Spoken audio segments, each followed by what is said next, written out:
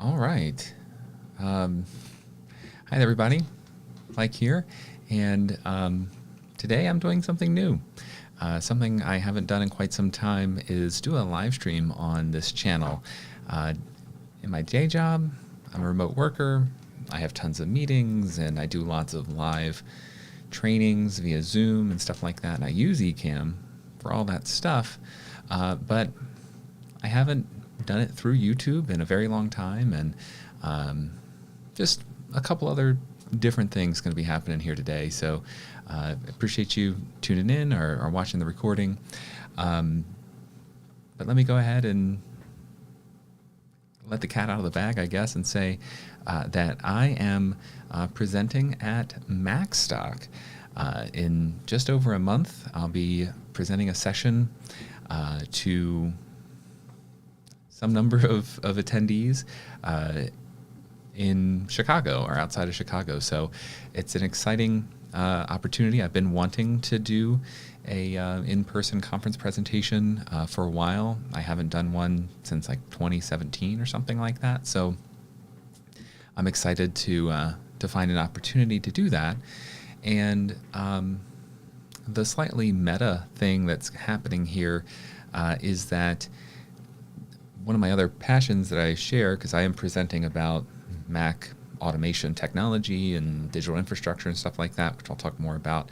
But so that's obviously what my channel and website is all about, and I'm a big fan and really enjoy talking about that stuff.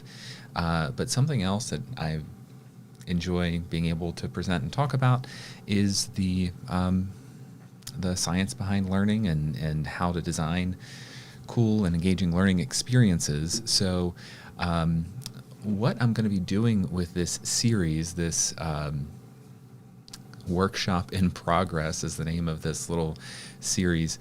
I'm going to basically unedited, unscripted, just go through my process for making a presentation like this, a live learning experience. I'm going to do everything on camera. Minus, I do sometimes like to go for a walk and think through stuff as I'm walking, so I'm not going to like walk down my neighborhood and be live streaming that or anything like that. But my sessions in front of the computer, I'm going to try to do everything on camera. And my idea behind that is not only for it to hold me accountable for the next 30 some days to make sure that I have a presentation ready in time, but also because one of the things that I've been wanting to share and talk more about is, again, that like learning design type stuff.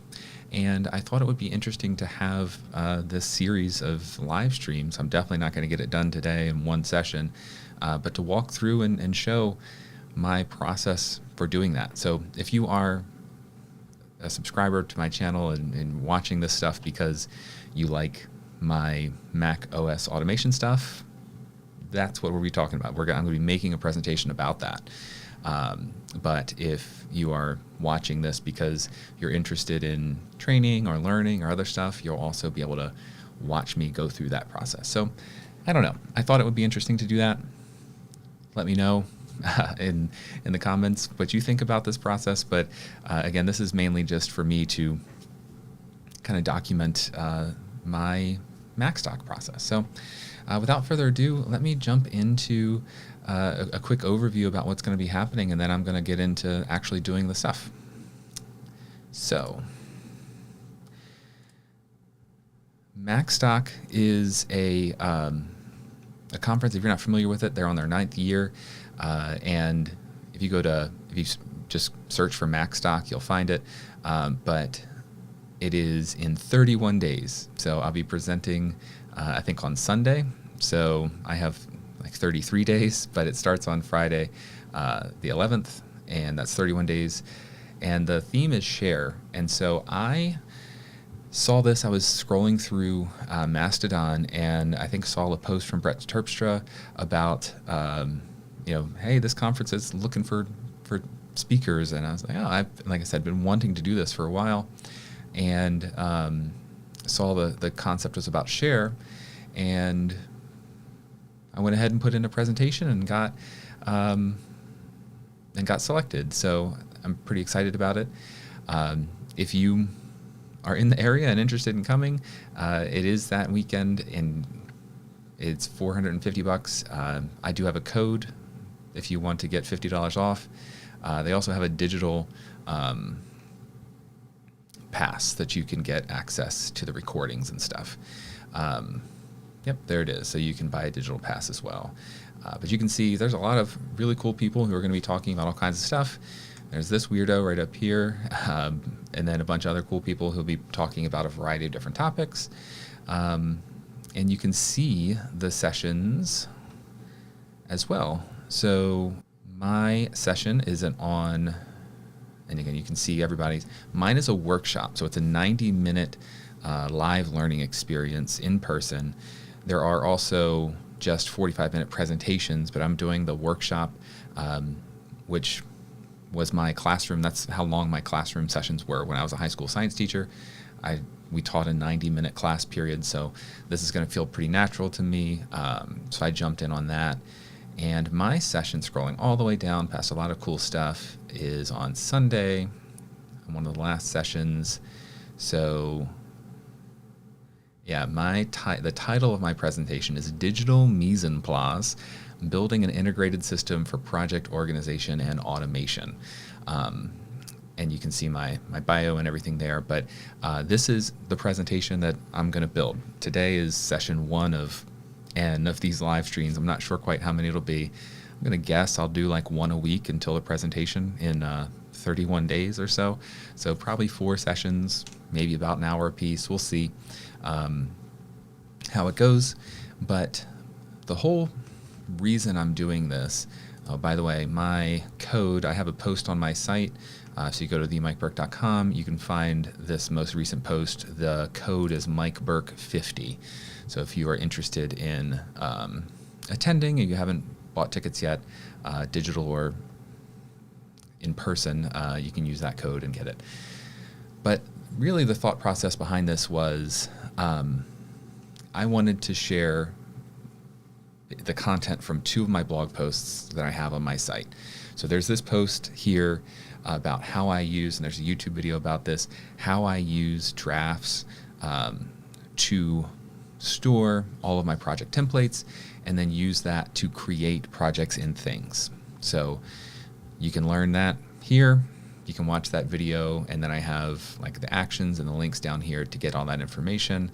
And then the other post I have here is about how I automate the folder structure, how I've thought about it and I iterate over time, like the folder structure that I use for different projects and how I automate the creation of that. And that's where this digital mise en place idea comes from. So the whole reason I'm doing the presentation is because for my day job, I spend a lot of time creating digital trainings, like courses that you have to take.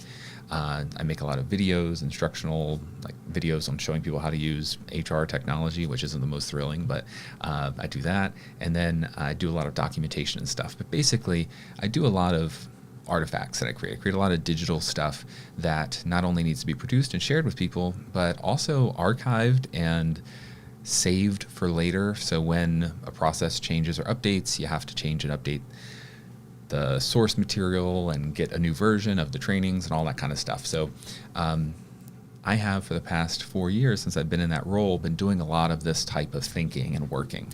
And so I just I thought it might be interesting, since the theme of the conference is share, I thought it would be interesting to show people kind of that digital infrastructure on how I create stuff to share with people at work. So that's the context, 9 minutes or so of background. I won't go through this rundown every time we do a presentation or every time I do one of these live streams, but that's what's going on, right? I've been responsible for a ton of different contexts and experiences in managing learners through live events. So that brings us to this live streaming part. So that's the presentation I need to make, and then all this live stream is showing you I added it up recently.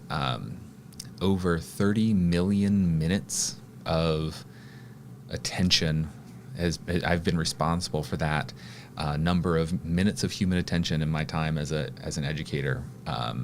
So there's been a lot of those minutes that sucked, a lot of those minutes where I've learned and gotten better, and now I'm at this point where I feel like I have some stuff to share about how I do that. So without further ado, thanks for being here. Thanks for watching.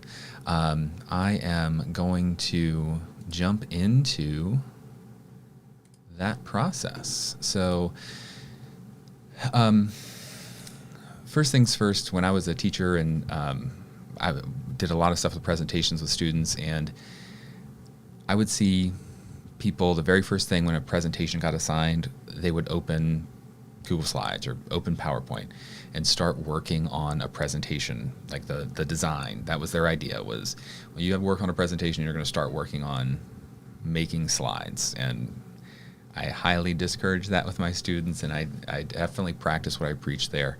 So in my mind, the very first thing that I do when I'm making a presentation is I need to map out the content. So I love doing this with mind maps. I've come accustomed to mind maps over the years. I was a slow adopter when I first learned about them, but I love mind maps. So I'm going to go ahead and start making that. So Macstock is the main node of the presentation here. And then when I make a presentation, any type of these live learning experiences, I'm a big believer in making sure that you start strong and end on purpose. So I never want to make those things be like an afterthought. I never want to end a presentation just kind of running out of stuff to say, right? I don't want to be done and just be like, okay, well, that's it. When you're done, people should know that you're done, right? It should be evident that it happened. Like you ended on a strong note, or you had a strong conclusion, you made your point and you finished. Like it shouldn't just fade away.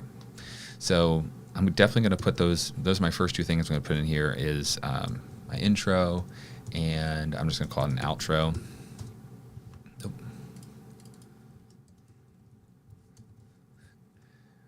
I'm definitely going to spell a lot of things wrong on these live streams. I've just gotten used to that at this point in time. But so intro and outro are definitely the parts that I need to have a clear purpose for and need to do strongly. And I will make a note in here in this outline to say the conference presenter talked about reserving a few minutes during your presentation to sell or pitch your own products or materials. I don't really have anything like that I'm coming to this presentation to sell. So I'm just kind of doing it for the love of the game. But I will include a little note in there about a pitch maybe that might end up getting canceled. The big thing about doing these mind maps for me is that because they're just digital and you can slide things around and delete and all that stuff, I feel a lot more free maybe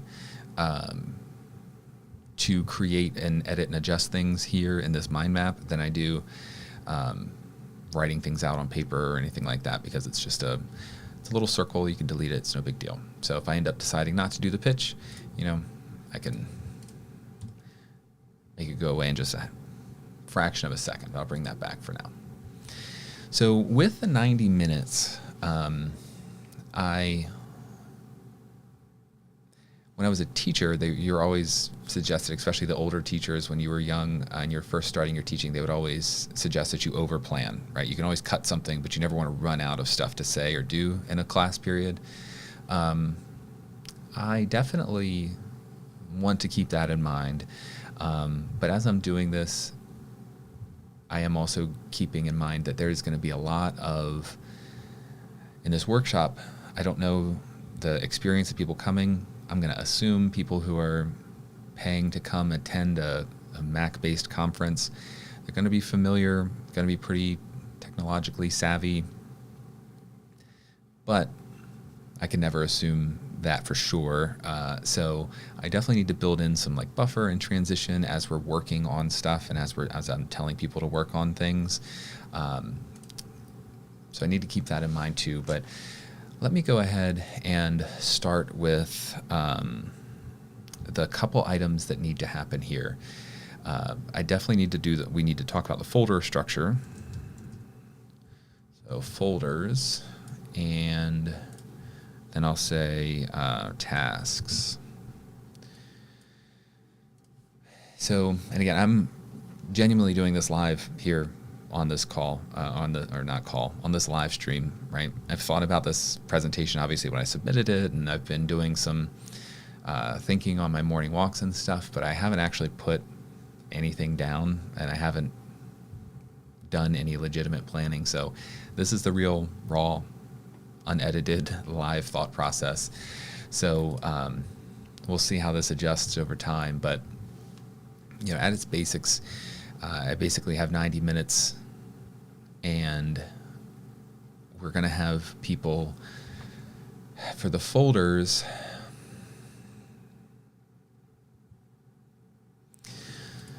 So I'm wondering which one would be better to be first. What are people going to be more familiar with? I think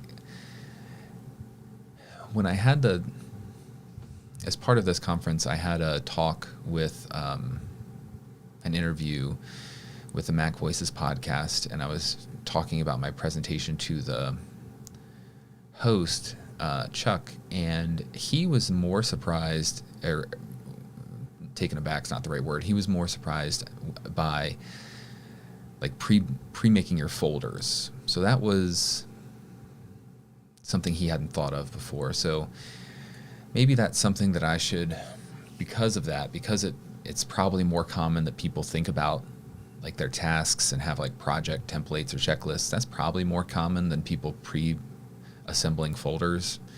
Maybe we'll start with that as the first main task. And then we can, once we get them thinking about that and they have a task in mind, then they can think about the folders that they need to make and the digital infrastructure they need to make to go along with that.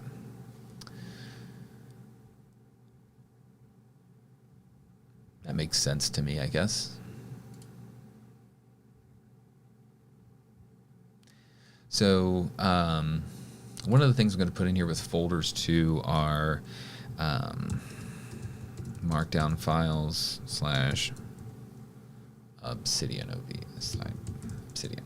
So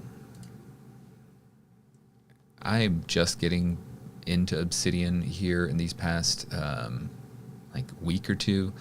I tried it once before, and then I liked Notion better, the visuals of Notion. But now that I'm using Claude to help me like create my little CSS files and all that stuff to make Obsidian match what I want it to match, I'm finding Obsidian to be more fun. So I'm going to put that in here with folders as part of like that automation process to be able to make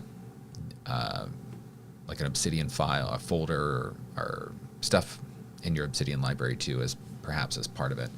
Or maybe I'll just keep it generic and say markdown files, but folders will be in there, and then the tasks. So this will be for the tasks. This is me bringing up drafts, and in drafts we have the I'm just going to call it 2 actions for right now, because there are 2 actions that I use that I might as well just go ahead and do it here on the call. So those are the 2 drafts actions that I use to make my drafts template engine work. So the other thing that I didn't say before is that when I do this myself, this is all tied together with Keyboard Maestro. So maybe we'll call it up here, we'll call it your prompt maybe, and that's going to be in Keyboard Maestro. So for me, what I end up doing is I have just up in the menu bar, I can pull down Keyboard Maestro, and then I can hit, digital infrastructure for job aid or digital infrastructure for video. And I click that. It asks me for my the title or the subject, and then Keyboard Maestro goes through and it actually runs this whole task section. It runs that for me. It pulls up my template. It runs the mustache prompt and puts the information in, and then it runs the things parser and checks that stuff over to there into things, and it also creates all of my markdown files and folders in my file system. So it does that all just with its own prompt. So that's the other thing that I'm which is differentiating my presentation, is I'm not just going to share 2 blog posts that I wrote. I'm going to show how I connect them and how that process works. And we're going to hopefully also get people to do this for themselves. So I should have shared that at the beginning.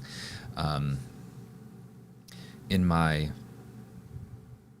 design process for this is how you can tell this is unedited, because this is I would say the most important thing in designing a learning experience, something I already did but didn't share on camera, something I just did in my mind, was the goal of this presentation is for people who attend to leave with the Keyboard Maestro macro, the shell script that creates the folders and files, the drafts template that they use as the source for their task management creation, the project creation. Like, I want people to leave, and in 90 minutes they're going to get all 3 of those things. It's a lot of stuff to get done, but the goal is for somebody to have a full system for whatever their task is, whatever they want to do, whether it's for something at work, something personal, whatever. They're going to be able to walk through this whole process. So that's the idea. We'll get them all 3 of these things. They'll leave with the macro, the drafts process, and the folders. So in the order of my presentation, right, I just started putting in like those essential tasks, but or those elements. So now let me get into this intro section for a minute. So for the intro, right, I need to come up with a way to get people to pick a task. So some type of highly repeatable project that they do a lot of. Right, so for me, I have multiple versions of these for different things that I repeat, but we're just going to do one here in this presentation. So what am I going to say? Pick a task. So it could be from their work, work, home, and so when I do something like this too, I always try to have a backup. So if somebody has like a block, like can't think of something, I have a backup suggestion that they can do. So something I can guarantee that everyone who is there is doing is attend Macstock. So that's going to be my backup suggestion, but I'm going to prompt them to think about stuff they do at work or stuff they do at home that requires digital infrastructure, and they'll hopefully you find something to think about there, and if not, my suggestion can be attending Macstock next year, right? Because that would be something that I don't know what the prompt would be, but they could definitely make a task. They can make a project for like booking. And that would be like booking hotel, booking flights, registering for the conference, packing clothes. Like, so I would definitely be able to build that. And then folders, maybe that would be folders they might make would be things like travel, confirmations, and conference materials and stuff like that. So yeah, I feel like that's a good backup example. And then again, everybody will be doing it. It'll be something that they're currently doing and or just recently have done by coming like to the conference and stuff. So that should be easy. I like that. Good job, self. I like that idea. That was not a pre-planned thought. We just came up with that. So that's good. And then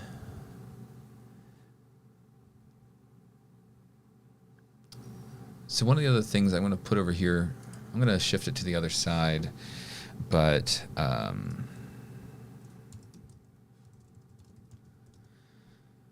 so to mediate that, I'm definitely going to build a page on my website that people will have. So I'll be able to share like the files, some prompts. I'll share like the shell script, and I'll make a page. Basically, instead of having a handout, I'll make a page on my website that'll be like an accessory to the presentation that'll be there to help people, and I'll use to hand out stuff like macros and code and stuff like that. So on this right side, we'll make this is like the thought process for the presentation, and then on the right over here will be a couple things. Sorry, on the left over here will be some things that I need to keep in mind, things to build or other stuff. Like this is my notes or tasks section, and this is my presentation section. I could do this as, I guess I could make a node and say like presentation and drop all that stuff in there, but I like having the different colors for the different stuff. So page on the site, I'll definitely need to build like a template macro template, and drafts project template.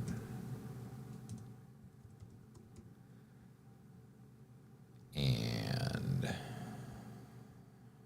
shell script.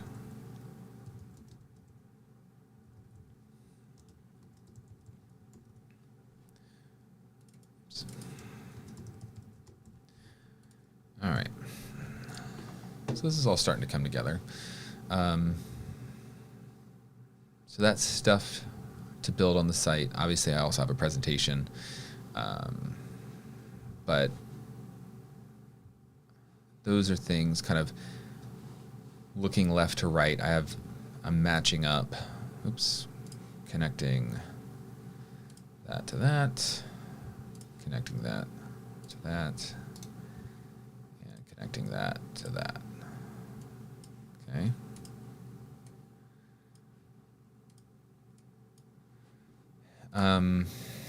The other thing that I want to add up here is prep. So while I have an intro, which is going to be like when I start talking, and when the presentation begins, this prep is going to be what I'm going to have up on the screen as people are joining, people are coming in. This is a physical in-person thing. People are going to be at a hotel outside of Chicago, so I'm going to have a slide up as people enter the room, and that will have a link to the site, because I'm going to want people to prep these things. Should also up there probably have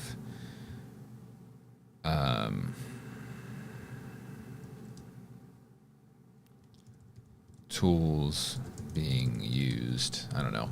I'll come up with a better way to say that, but when people sit down, I want to make sure that they understand that we're going to be using Keyboard Maestro and drafts and shell scripts, but that's going to be that's built into the system, so that's fine.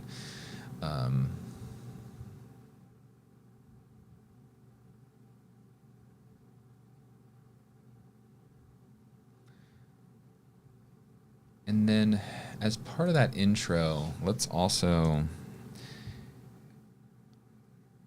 right, because I'm going to have them pick a task, but then I'm going to give them time to ideate.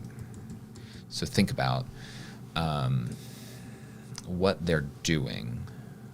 You know, this intro part is going to be all about them finding something that they want to do and thinking about that and coming up with some thoughts there. So this intro part is not just picking, I'm not sure which one is more appropriate to have first, ideating or picking the task. Probably picking the task and then thinking about all the different parts of that task, because that's an important element. I am going to suggest, because I love it, because as you can see I'm using it, I'm going to say mind node or mind map. I'm going to suggest to people, because in my experience you always want to have options for people to participate with what context they have or what they want to present or do. If you know, somebody's on board already, like if you have somebody who's coming in hot, right? You want to give them the freedom to apply their stuff, because if you're going to make them go through a scenario that they're not interested in my experience, those people become pretty disinterested. So you kind of take somebody who is the most interested and squash it. But you definitely want to have a path for people who might have trouble thinking on the spot about what's going on. So we kind of are going to have, throughout this live event, I need to keep that in mind. If there's kind of two versions or there's two paths people are going to take, I'm going to walk them and guide them down their own path, whatever they're interested in. But then I'm also going to have this attending Macstock as the example of that we're using. But you know, there's a backup plan, I guess, as you can say. So that's an important part, I think, of a lot of these live experiences, because you don't want to. The downside of a live experience is you kind of have to get everybody on the same page for something like this. If we're all walking through this together, you can't give people different amounts of time to work at their own pace. For a conference presentation like this, that doesn't make sense. So you need to have something that can help people along. But still, so let's do that. The Keyboard Maestro prompt. So that's going to be, I'm going to share that macro. And this is where those 90 minutes really disappears pretty quick. Let's say this intro is, if I'm going to do,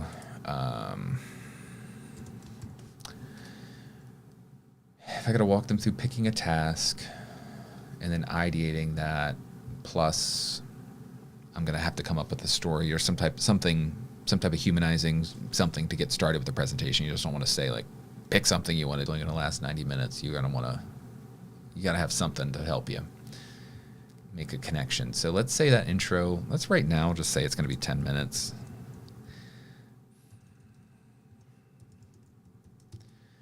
Because that ideating is going to be at least, probably going to need at least 4 or 5 minutes for that.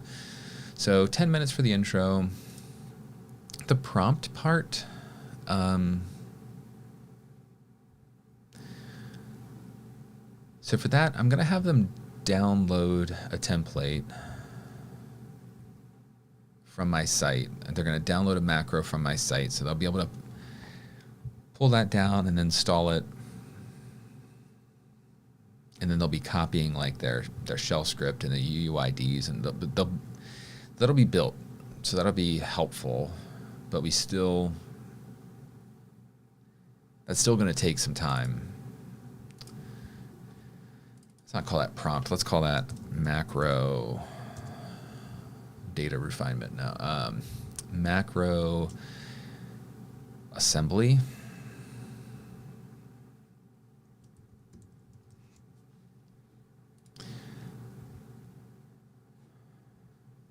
Let me lay out all the different things people need. Drafts, Keyboard Maestro,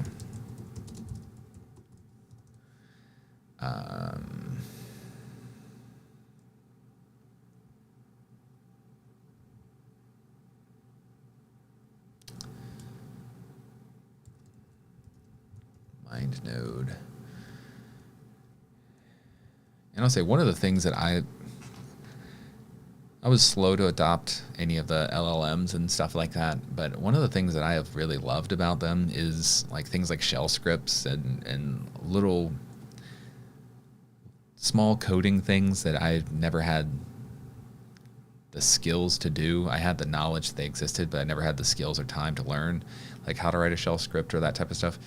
Those things have been amazing for that, and so much of my automation game leveled up through Claude and stuff like that. So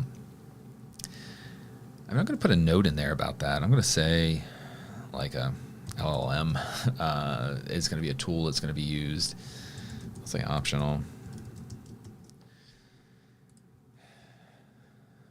But you can see this mind map has definitely expanded over the the time since we started.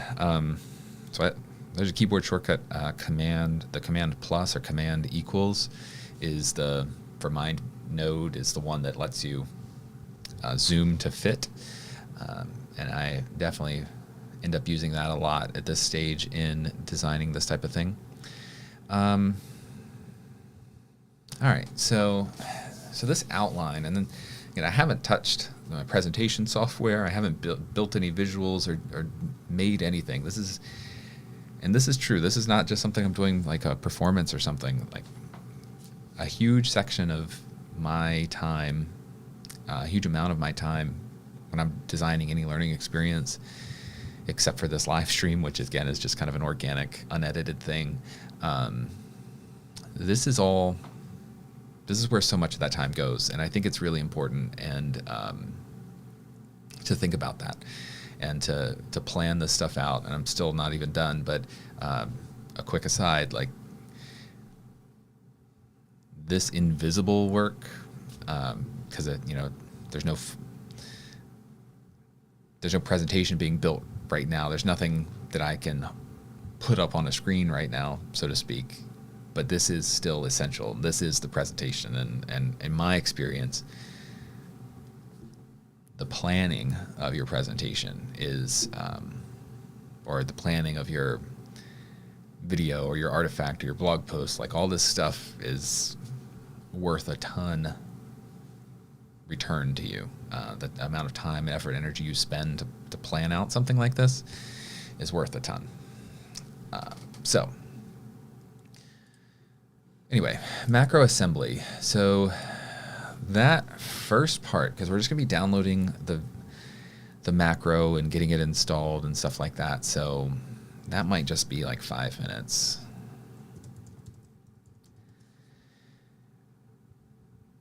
And then the tasks. So this is where, again, I'm going to have a template that has like the proper spacing and stuff like that to make with like headings and tasks and notes. I'll have something that people can copy and paste into drafts. But still, we're going to give them time, and this is the working part.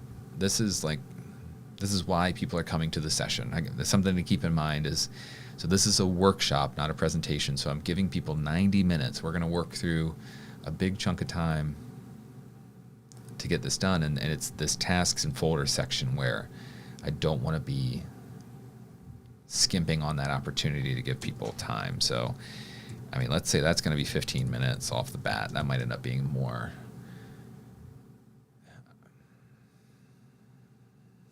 And then it probably depends a little bit on how good my template is that I give them, which I'm definitely going to try to make it good. But yeah, for now, we'll say 15 minutes. And then the folder section. So there's a couple things that I end up doing with this. So that's the folders, which takes time to think about. And this is going to be something that's probably going to be a little bit less intuitive to people. So it's just inherently going to need a little bit more time than the tasks part. But what I also do with this is, the shell scripts can make markdown files, and they can make markdown files that have content in them and content from your prompt, right? So, so this can be, This is definitely going to be more, just automatically going to be more. Because then we're going to have to think about the files you need to make, and then also think about the markdown files you might want. So let's say 30 minutes for this. So I'm at 45, 55, 60. So this is 60 minutes, and we got 30 minutes left over afterwards. Well, any good automation is going to have a little bit of QA involved, a little quality testing, quality assurance. So that's going to be this section. So that's where we're going to... Let me also add to this. So folders is 30 minutes. So that's going to be building a folder structure. Oh, that's not right. Structure and drafting markdown files.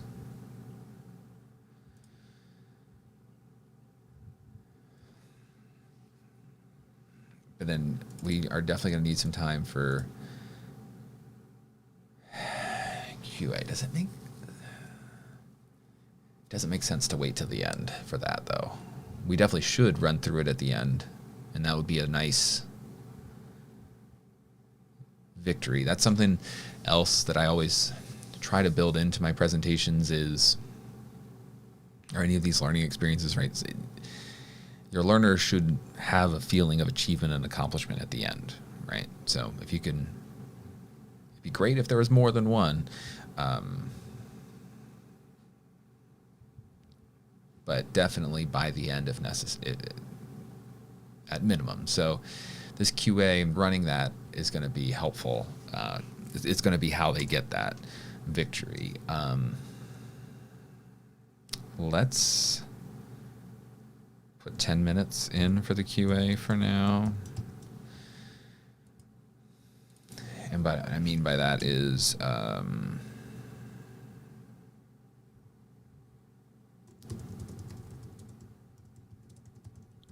that'll be running through the whole process, right? So we're going to want the whole process. It's starting to get harder to see on the screen. I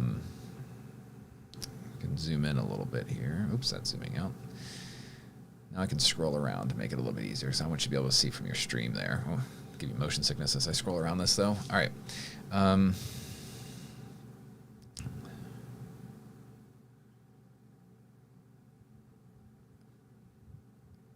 We definitely should test in here.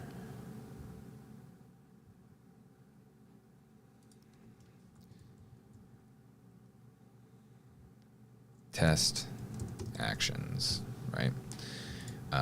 These things are rock solid. I didn't make them, so I can pour praise on the creator. I think his name was Peter. Yeah, Peter. What is it? It's right here. Yeah.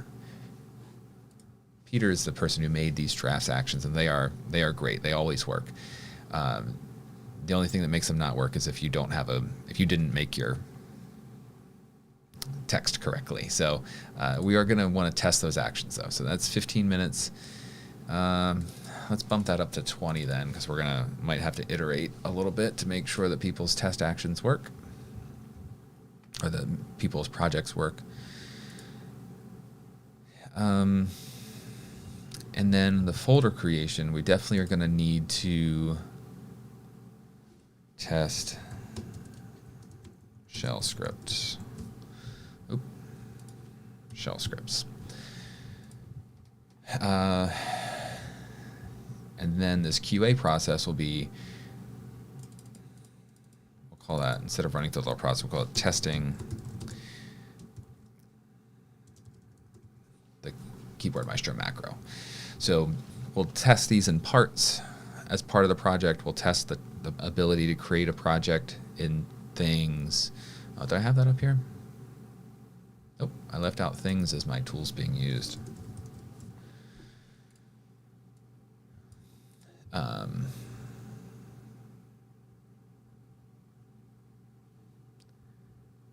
So we'll test that, then we'll test the shell script, and then we'll test the ability to run all that through Keyboard Maestro, and then we'll have our outro.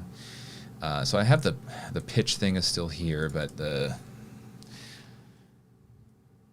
call to action, what do I want people to do with this? I want them to create more of their own. Okay.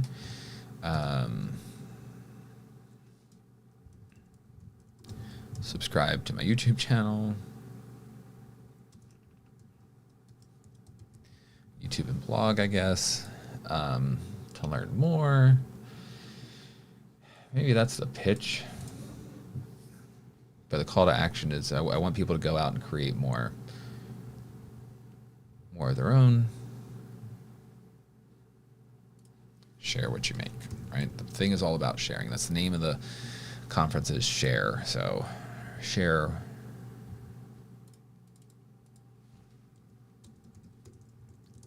what you make. Okay. All right, so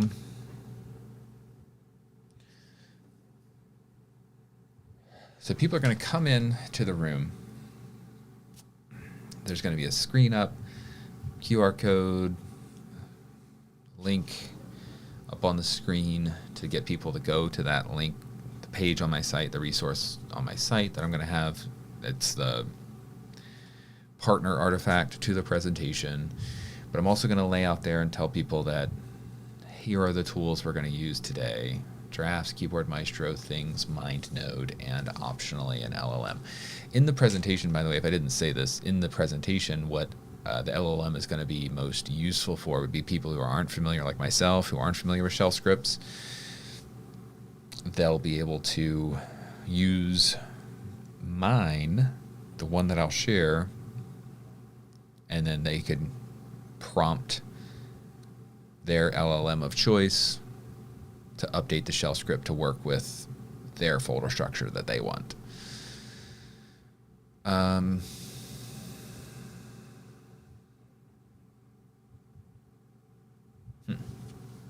So I just had the thought. Is it better for me to share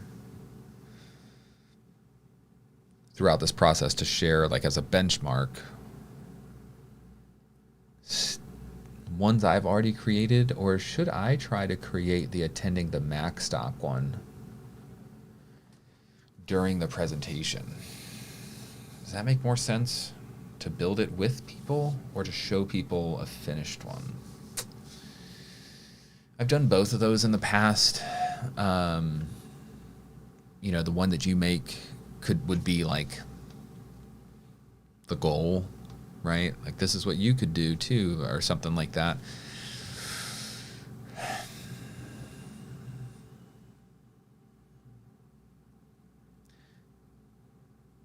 But I feel like it fits a workshop better to be building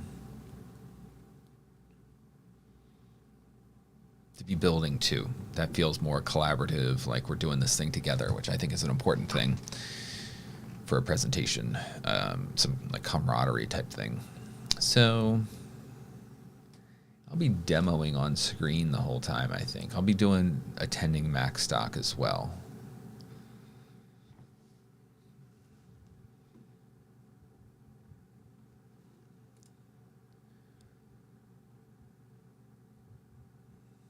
So so that needs to be part of this too, which I guess already kind of in my mind was part of this, but explicitly we'll say, we'll demo these things.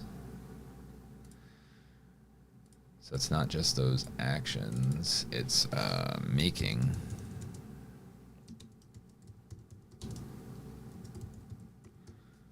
a project template.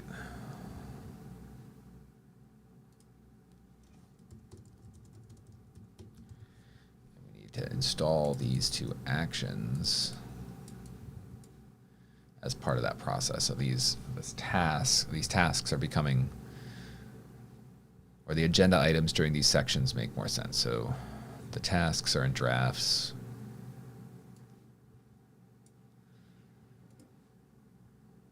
So we'll make a project template, we'll install these actions, and then we'll test those actions. Okay.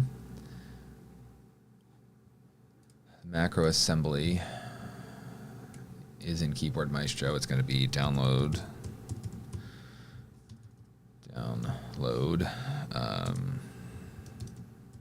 macro. And then after you download the macro, is that all we're doing at that stage?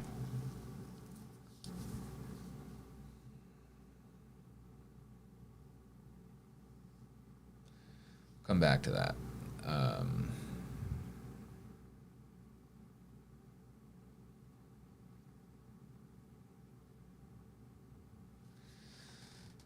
We'll just say download macro for now. And then the tasks, again, 20 minutes. We'll make a project template. So that is actually copy project template from site.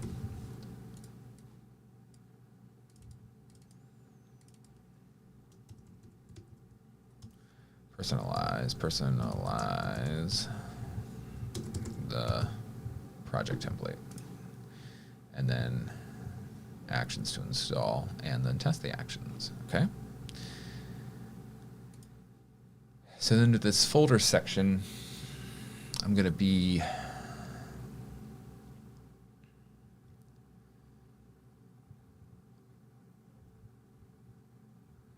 before we build them, we need to plan the folder structure.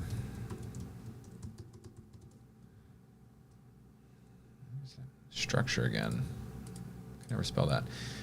Plan folder structure, mind map. Mind maps are awesome for planning your folder structure. And then building the folder structure is really updating shell script.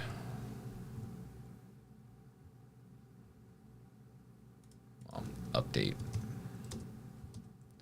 the shell script with the folder structure that you want.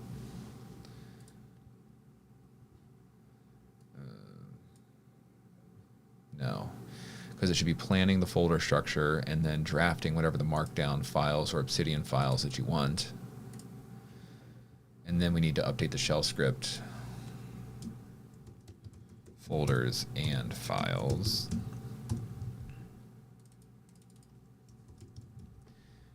And then we need to test to make sure that that all works. And then we need to assemble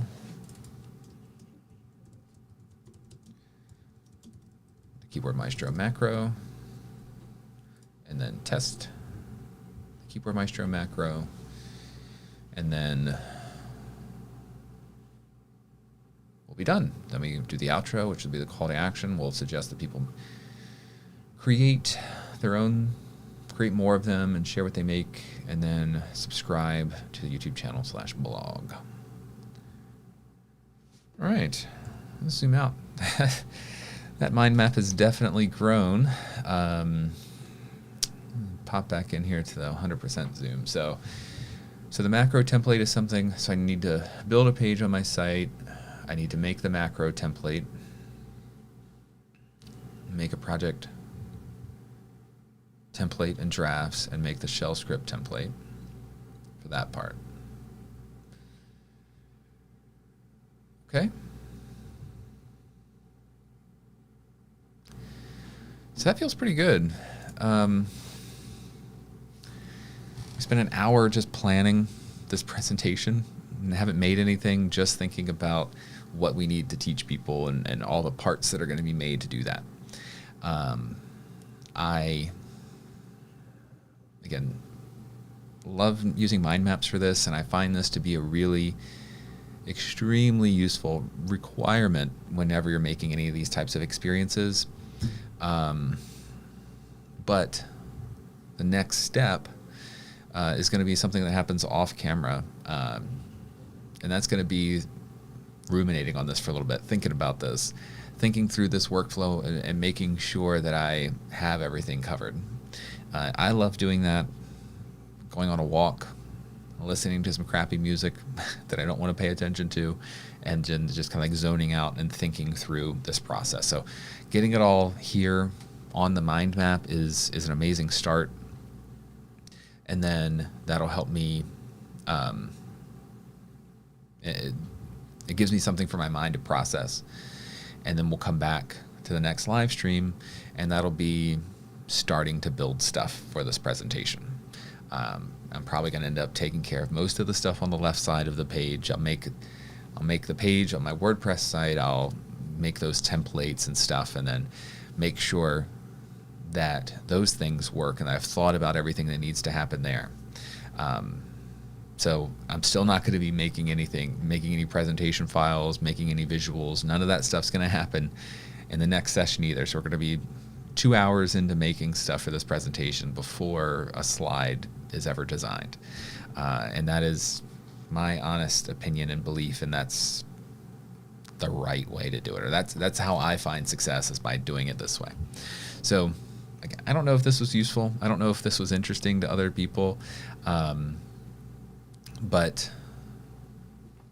I wanted to experiment a little bit and make something on the channel with the live stream. I use Ecamm all the time, but I never get to use the YouTube and live stream features of it. I'm always recording or using it in Zoom calls and stuff. And I've had this itch for a little while to design, or to share more and talk more about learning design and learning experiences. So I appreciate you indulging me. If you found it interesting, let me know. This channel is not going to become a learning design channel. I'm sharing some stuff because I have an itch, just something I want to get out of my head. I have many other automation videos planned that'll be coming up soon. But for the next couple of weeks, I'm going to be coming here, finding an hour a week to build this presentation. So I would love for you to follow along and check in. If you're interested in seeing the presentation itself, remember that you can register for Macstock. There's still time, whether it's physical or digital. And if you use my code MikeBurke50, you get $50 off your registration fee. But otherwise, thanks for watching. Thanks for listening. And we'll see you next time. Have a great day.